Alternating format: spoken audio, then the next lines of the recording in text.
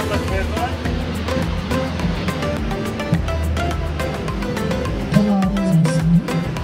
good morning po sa ating lahat. And before we start with our program, may Pastor Jeffrey Jose for the invocation. Pastor?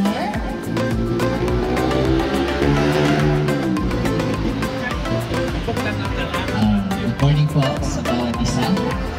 Before we start, let us start with a prayer. But before I pray,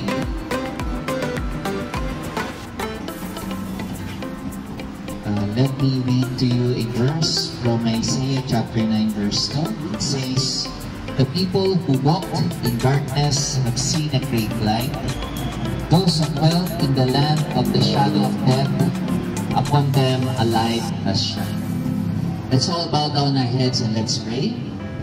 Lord, salamat po sa umagang ito, sa araw na ito na inigalaw niyo po sa amin. Thank you also for this great and wonderful event that we are about to start this day. Samahan niyo po ang kabuuan ng programang ito. And Lord, we dedicate to you, we offer to you this day, O God. May you bless this day for us, O God, and even to those who will come today in this event, O God, may you bless each and everyone. At salamat po sa buhay ng bawat isa, even to our officials na nandito po ngayon upang isagawa po ang event na ito. Maraming salamat po, Lord, and we give to you all the praises, glory, and honor, and thanksgiving. In the mighty name of Jesus we pray. Amen.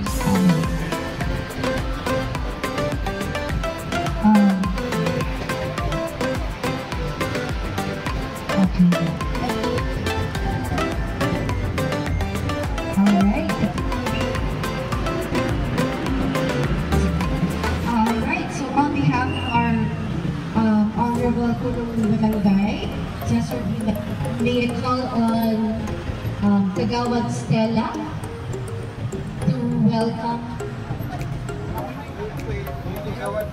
Kagawad Nilo. Nawali kami na. Kagawad Nilo, nawali kami na. Apo.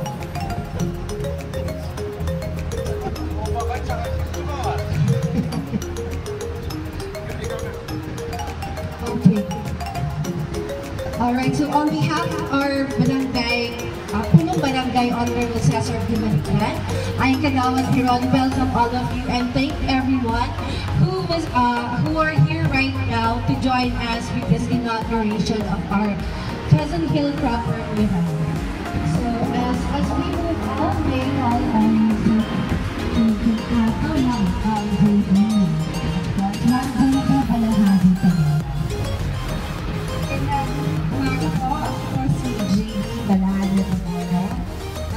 Susunod po natin na speaker ay isa sa mga nagpagulyan ng community project na ito. Siya po ang sumuporta sa mga kabataan na gawa ng ating mga mulat. Tawagin po natin si Councilor Leandro Yamachi. Thank you. Ang ating magandang MC, si JD Panadjak Napora. Ayan na, pababa yung aking pinsa, si Kapitan. But anyway, sa inyong lahat na nandito, sa Barangay Council, headed by Punong Barangay Cesar Vergara Malagdan, ang ating mga MCs, si JD Panadjak Napora, and my brother, Pijon Lobian, and of course, my long-time brother, Kuya, and kasangga sa lahat ng bagay, former Kagawad, Barangay Kagawad, former Punong Barangay, former Liga ng Barangay President, at Councilor, at number 1 pa, and to officially represent our working Congressman Marco Joel Alamsab, mga kasamang mga artist na nandito sa CRT artist group na gumawa nito, sa inyo pong lahat, isang daalan. Okay, itong nandito kayo na mural is one of the biggest murals in Baguio. It's going to be part of the chain or circuit of murals that we are currently making. And napakaswerte po ng Barangay Quezon Hill proper because this is strategically located. Nakikita mo pagpasok ng Nagilian Road and pagpasok din ng Quezon Hill First Road. And ito ay produkto ng what they call creative initiative, collaboration, and partnership between the barangay, the community of Quezon Hill proper, kami po ng mga kalagad ng sining ng Baguio, at kasama rin natin itong establishment nito na pinangungunahan nila Manong Ranking Eme at kay Ace na Estrada. So, itong mural na to, may istorya. No? Every mural has a story to tell. Anong istorya nito?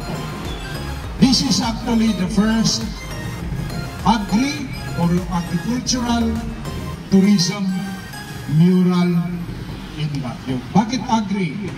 Noong araw po, yung nakadepict dito, ang Quezon Hill proper ay it's a gardening community. Ang mga tao dito, nagka-garden, konti lang mga bahay. Pero ngayon, hindi na gulay ang nakatanim. Mga buildings at mga bahay.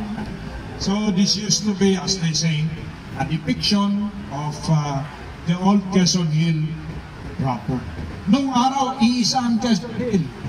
Ngunit nung tiyempo ng the late Ferdinand Marcos, nung tiyempo ni the late former Mayor Luis Lartizabal, hinati-hati ang barangay kasi noon, meron yung tinatawag na ayuda na bigas, ayuda na bulgar, ayuda na oatmeal.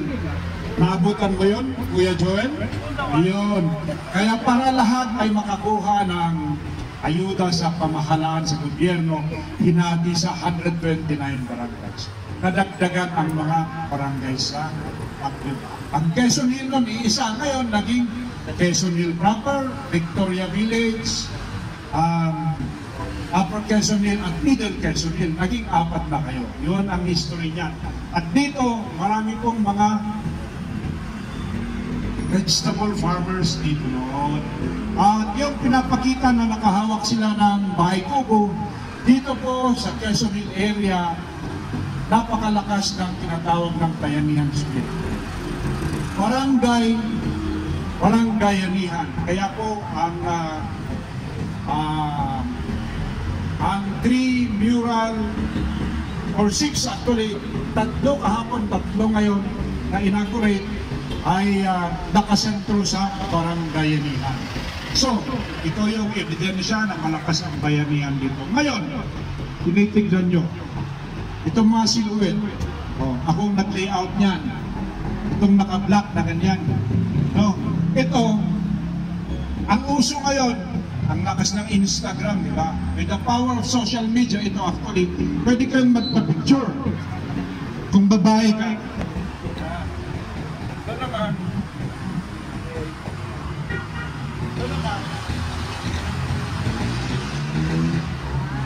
so yun po, ito naman, nagpokorta ng repolyo.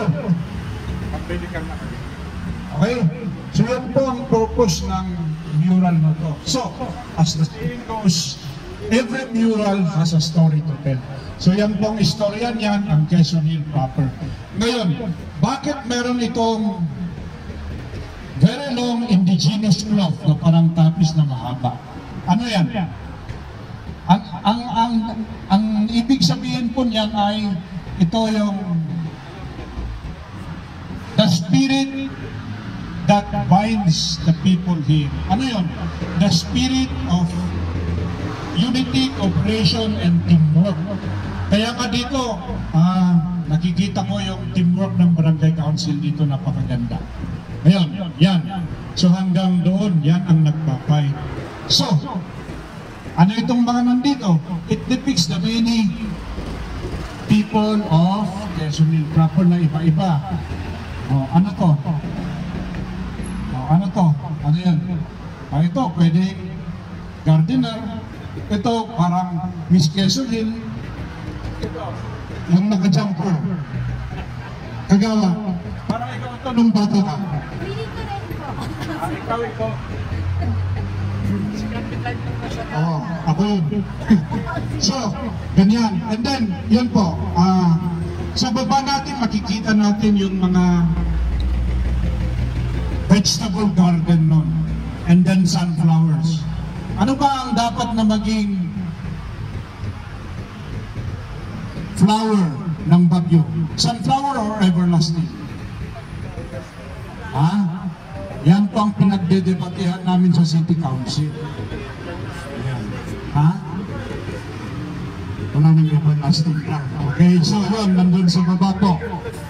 Everlasting, ang nakalagay doon, sunflower. Kasi ako mismo, I believe na dapat sunflower. Because when you enter Baguio, get out of Baguio, you come inside Baguio, anong nakikita mo? Ang dami mong nakikita ang sunflower. Wala kang nakikita everlasting. Yun, tama si Kuya Joel. So yan po. So, ito po ang purpose natin pang Instagram. Dapat nandito yung City Veterinary Agriculture Office, but they told us na they are attending a seminar. But during the opening ng mural na to, may we acknowledge our acting mayor, Vice Mayor Faustino Coloan. So yan po yung nakalagay dito sa mural na yan. So yan, pwedeng mag-Instagram ngayon ang ating butihing Vice Mayor. Yan. So yan ang ibig sabihin nito. So that's the story of this mural. So lahat po sa inyo, sa tumulong sa paggawa ng mural na to, maraming salamat. Magandang araw sa atin na. Apo MC. Okay, so let's move on. Ating po ang ating Vice Mayor is now the acting Mayor of Baguio City, Vice Mayor Faustino Coloan, who will now be called to say a few words. Sir, Apo Vice.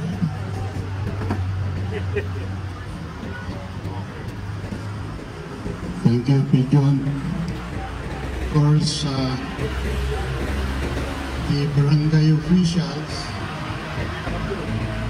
nagawalo niya po Kapitan Malagdan ng mapayawan makita ko na niya po Councilor Yangot ng Lakuan sa Kano.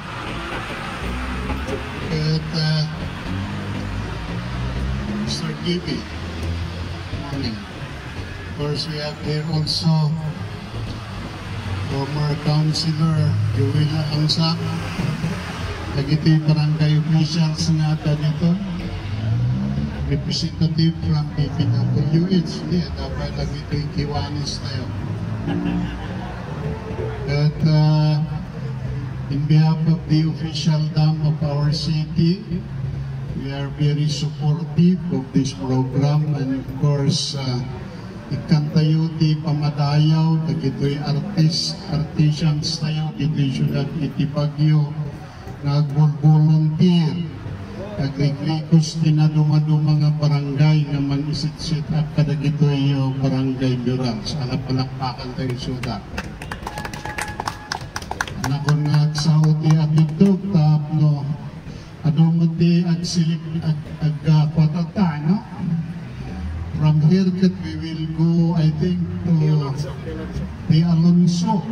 So, Manan kadagito'y barangay officials, artists and artisans, we congratulate you for your efforts, and of course, our Honorable Councilor Leandro Yangot, who has been instrumental for these murals in the different sites of the barangay.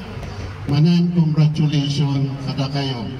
I think the office of the congressman is being represented by former Councilor Joel Angsak. So with that, thank you, Lobin. Thank you, Thank you, Apo Vice Mayor.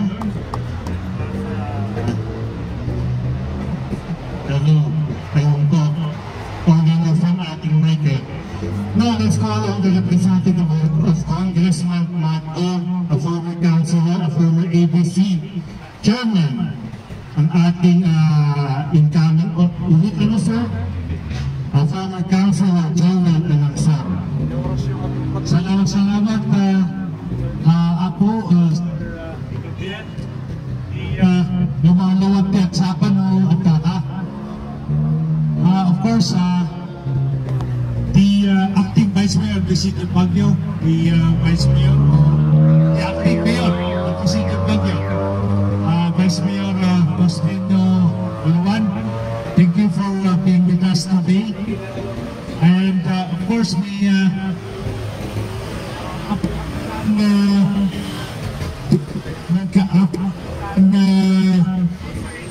sa Baligdan, delayed. Mahuli kasi kaya late eh. May siguro matagtama, di barangay officials at sa barangay kagawad. Salamat iti panag-participate yung piman together with Councilor Yamot and all the artists of the City of Baguio. At least may ipapik yun. Pagkatapos ni Councilor Yamot, history na natin na mural. One of the biggest murals here in the City of Baguio. May we also acknowledge Sir Gibi who is here. Bago na rin establishment na ditoy. So nanto ka na timang bantay, timang maintain na ito. Yes, masarap ka lang din baga ni acting mayor, panggap kini Councilor Leandro Llamat. The City of Baguio really is very lucky to have you as one of the artists leading the putting up of murals in the different barangays of the City of Baguio, and of course honing the skills of our artists who are also sacrificing their time and efforts to put up murals. Palakpakan po man ni Councilor Leandro Llamat at Sangman. And all the members of the media who are here around and other guests. I will keep on repeating what I've been telling yesterday for the information of the people of this barangay. Of course, we all know that Congressman Marco and Ma'am Sango are patrons of arts. Naipagabis mo ni Councilor Llamat na nag-paintings na mararami po na together with our young artists katangin na kita nag-asawa. So they're not only showing their appreciation by purchasing finished paintings, but likewise the Honorable Congressman had passed a bill for the information of the barangay people of this barangay. The Honorable Congressman had passed a bill creating, or the bill is an act establishing the Baguio City High School for the Arts. And this was approved by the lower house and was passed on to the Senate. And hopefully, the Senate will approve this bill. This is a very important bill for us since this will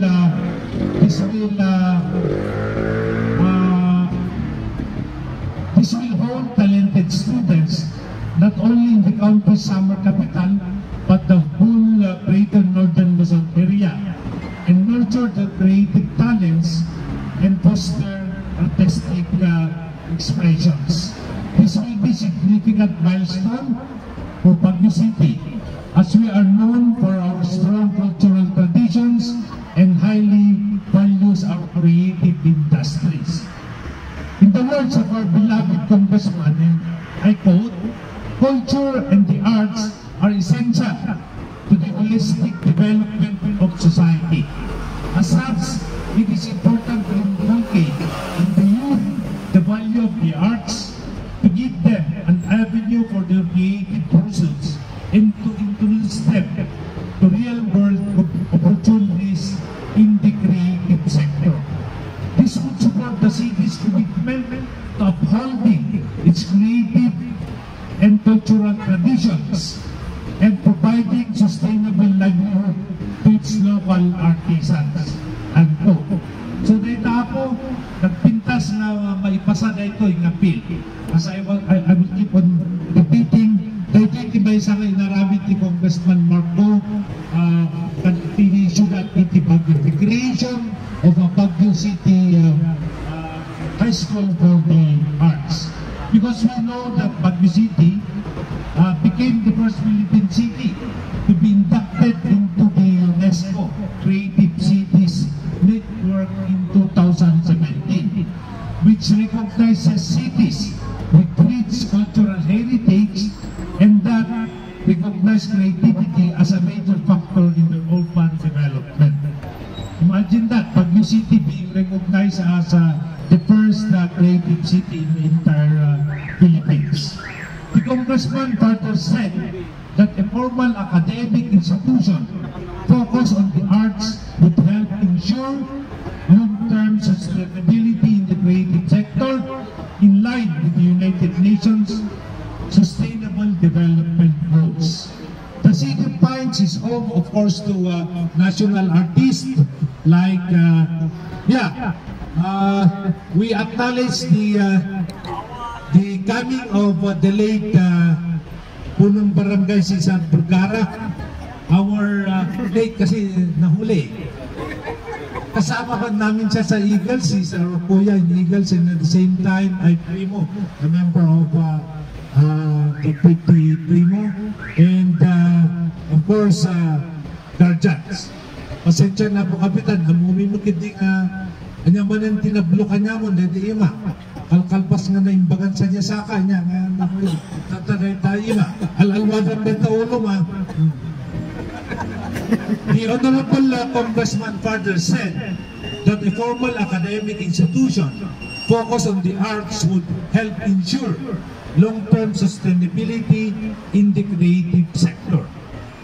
Of course, as I was saying a while back, Baguio City is home to Bencab or Benedicto Cabrera and also the famed director Kidlat Tahimik.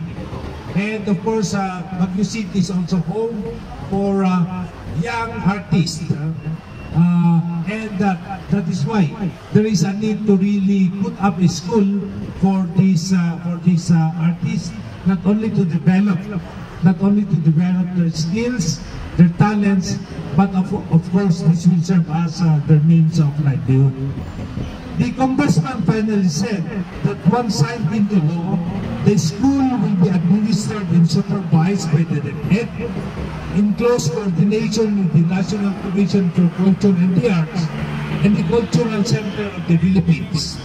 The NCAA and the CCP will provide policy direction and technical assistance to the school through the DepEd-CAR and Baguio City School Division Office. So nung mabalik, palakpakan tayo man niya ako Congressman para kanday pipil na ipasapasan. With that, again, we congratulate. We have the Congressman and of course his wife, Ma'am Sol. We congratulate the Barangay Visan, Santis Barangay, headed by Punong Barangay Cesar Maligdan, for coming up with these murals. Of course, in coordination with Councilor Yangot and our young artists. Mabuhay po ang President Proper Barangay, Batago-Tago din. Well, so anyway, we're winding down. We're going to have the message of our barangay captain. Then we'll do the ribbon cutting. So now, for the closing remark, let's call on the barangay captain of Quezonville Proper, Apo Cesar Maligdan, for the Nagipata. To our guest, or very own energetic Vice Mayor, Councilor Diego, Councilor Joel Alangsab, and to our barangay officials, especially the our Good morning. It's another milestone again in our farm, in our barangay. Kasi kung tutuusin mo, napakaswerte namin sa paglagay nyo sa mural dito. Mas lalo si Council Gobierno, pinilan niya ito eh. Kasi ilang barangay lang ang nagkakaroon ng ganito. We're so very thankful and we will be using this as a part of our tourism. Anyway, okay pa naman yung painting. Ang isusunod natin yung isuso kung sa tabi ng Station 1. Sila ang gagastos sa lahat, pati yung allowance ng mga bata. I have talked to the manager and we will thank you Insan. Bro, salamat alis. Nagtawag ni ako kay Sir, nakapangulong ko naman. Anyway, thank you everything, everyone. Banin sa listeners, also kami nagtatapos tayo.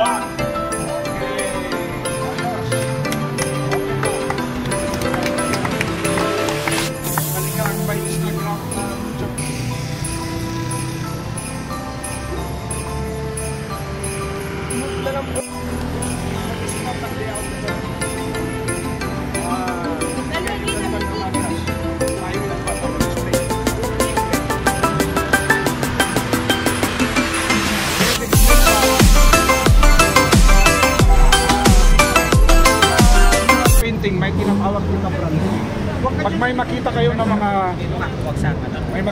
mga silhouette na painting, I personally did it or layouted it.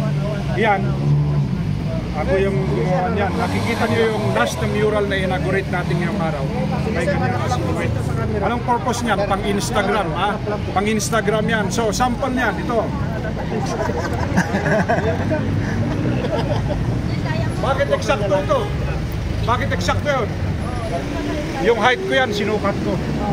Ano, yun, ito, babae, pwedeng i-try nyo rin yun. I-try nyo rin yun. So, that's it. This is an agriculture, tourism, ecological mural. Yan, andito lahat eh, 3-in-1 ito. So, ang ginawa natin kahapon, we inaugurated 3.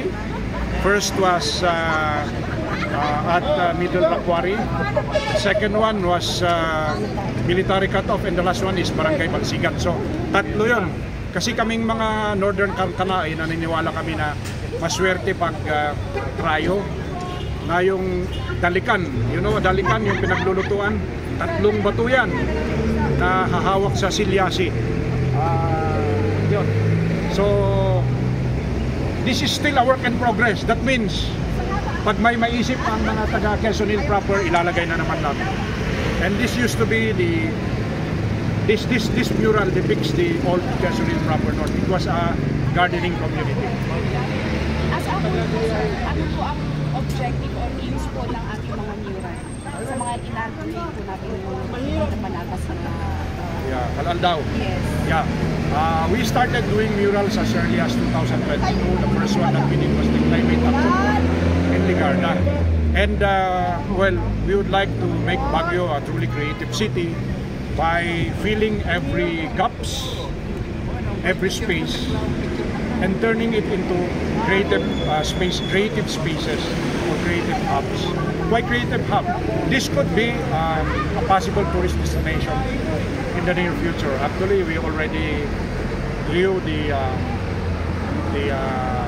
plan together with the Department of Tourism Regional Director Jovi Canongan. At magkakaroon yun ng, gagawa sila ng concept ng they term it as mural walk, so that they will promote it, the Department of Tourism will promote it, so that when people come to Baguio, they ask saan ba ang mga pwedeng puntahan. They will show us one of the features that they will feature is the murals of Baguio. So yun, kung halimbawa, I know that they have a very special way of doing it. And the good director, Jovi Canongan, assured us na they will use their marketing, or shall we say department strategies para i-promote ang mga to. So every mural has a story to tell. So ito, may istorya to. This used to be an agricultural community. Pero ngayon, hindi na mga vegetables ang nakikita natin, mga bahay at mga buildings. And as we go through the other murals, you will find out many other stories.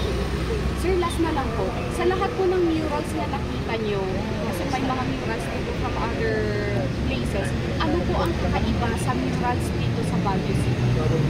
Well, ang nakakaiba dito, bago po na yan nailagay dyan, the Barangay Council and the Sangguniang Kabataan and our group, we conducted a series of consultation meetings. Naiiba po to kasi bago po mailatag yan, merong consultation meeting so that it will be reflective of what the community wants. And there is one common denominator. It is reflective of the history, the rich history, culture, and what the people love to do. Katulad dito, they love urban gardening. In Balsigan, bakit naging Balsigan daw yung lugar na yun? Kasi nung araw, yung mga tao doon, magagaling silang magbalsik. Balsik ng kahoy kasi it used to be a forested area until the area of Bakacan Norte, Central, nakapit barangay ng Balsigan. So, ang mga tao doon, the ladies and the gentlemen, even the ladies, they're very good on pagbalsik. Makikita mo yung mga physical features ng mga lalaki. So, nandun, nakadipik. So, I invite everyone to visit that mural. Doon naman sa Middle Raquari kahapon, it depicts the barangayanihan, the bayanihan spirit, whereby they take turns in attending to their community rooftop garden. Sila po yung nag-champion sa city noong 2019 ng best rooftop garden in the city of Baguio. And then sa military cut-off, bakit ka rin nakikita mo mga bundok, ang daming kahoy at may mga troso na nandun at may Thanksgiving ceremony doon na nangyayari, activity. Kasi that used to be the site of the famous Hill lumber. You Google your history and you will find out that once upon a time, the military cut-off barangay hosted the Hill lumber. It's one of the biggest lumber yards in our region before, and they used to supply the construction requirements of the houses in Baguio and other places, and even the mines. So yan, then mamaya makikita nyo susunod na kabanata. Pero dito nakita nyo Quezon Hill, and then may susunod pang mga murals pa na gagawin. we hope that by the end of this year, makakatapos tayo ng at least 25 years. But I am happy that yung mga graduates po natin sa free art lessons class na kinokontak natin sa art bank, sa athletic bowl at sa mga barangays, yung mga talents, local talents na yun ang tinatap din natin na tumutulong dito. Together with the volunteer na mga professional artists. Salamat, sir. I-alon sama tayo ha. Okay, sir. Sinong makikisakay sa amin?